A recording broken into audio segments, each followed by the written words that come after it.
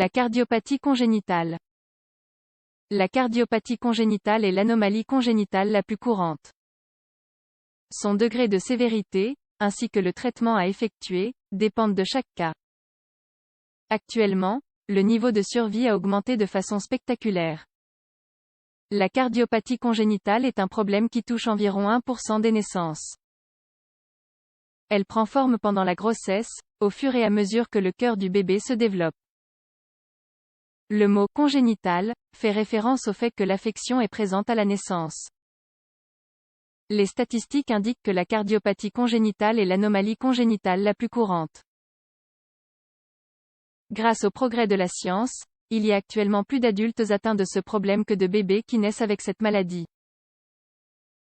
Cela signifie que la survie contre cette maladie a considérablement augmenté. Ceux qui atteignent l'âge adulte, même s'ils souffrent d'une cardiopathie congénitale, ont besoin d'une surveillance détaillée et continue pour prévenir les complications. Qu'est-ce qu'une cardiopathie congénitale? Plutôt que de parler de cardiopathie congénitale, nous devrions parler de cardiopathie congénitale, au pluriel. En réalité, il s'agit d'un groupe de maladies dont la caractéristique commune est la présence d'altérations structurelles dans le cœur. Ces altérations sont causées par une défaillance de la formation de l'organe au cours de la période embryonnaire. Le cœur du bébé commence à se former dès la conception, mais ce n'est qu'après 8 semaines de grossesse que son développement est complet. Pour que le cœur se forme, une série d'étapes successives sont normalement nécessaires. En général, les cardiopathies congénitales surviennent parce que certaines de ces étapes ne sont pas terminées au bon moment. Le résultat est un cœur anormal. Cause. Dans la grande majorité des cas, il est impossible d'établir la cause spécifique de la cardiopathie congénitale. Malgré cela, l'Organisation mondiale de la santé, OMS, a souligné qu'il existe certains facteurs qui augmentent le risque de souffrir de ces pathologies. Les voici. Facteurs génétiques. Les antécédents familiaux augmentent le risque de développer ces pathologies. De même, les cardiopathies congénitales font généralement partie de certains syndromes chromosomiques ou génétiques, comme le syndrome de Down, le syndrome de DiGeorge et autres infections. Lorsque la mère souffre d'infections comme la syphilis ou la rubéole, le risque de malformations embryonnaires augmente. État nutritionnel. Le surpoids de la mère, l'excès de vitamine A, le manque d'iode ou de folate et la présence de maladies comme le diabète sucré augmentent la probabilité d'un développement anormal chez le fœtus. Facteurs environnementaux. L'exposition à certains produits chimiques, la consommation d'alcool ou de tabac, ainsi que l'utilisation de certains médicaments, augmentent le risque de développer des maladies congénitales. Symptômes et types de cardiopathie congénitale. Les signes de maladie cardiaque apparaissent immédiatement après l'accouchement ou quelques mois plus tard.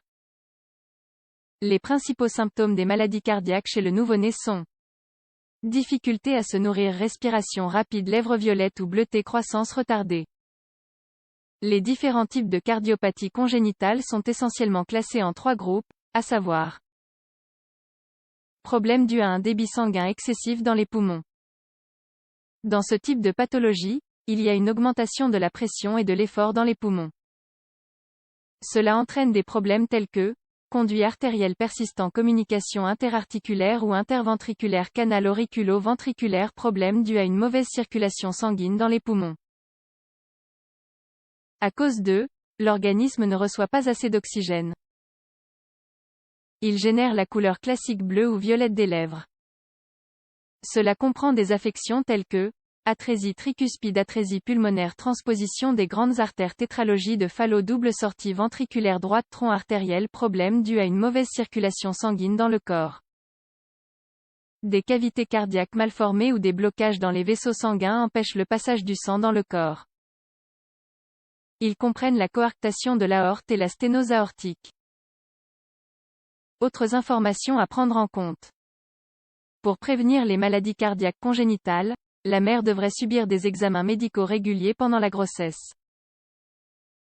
De plus, n'utilisez que des médicaments qui ont été approuvés par le professionnel qui vous surveille et qui évitent l'exposition à des produits chimiques nocifs. Si vous souffrez de diabète sucré, contrôlez votre glycémie. Cependant, peu importe les précautions que vous prenez, il est parfois impossible de prévenir les maladies cardiaques. Il y a des facteurs génétiques et même inconnus qui sont à l'origine de ces conditions.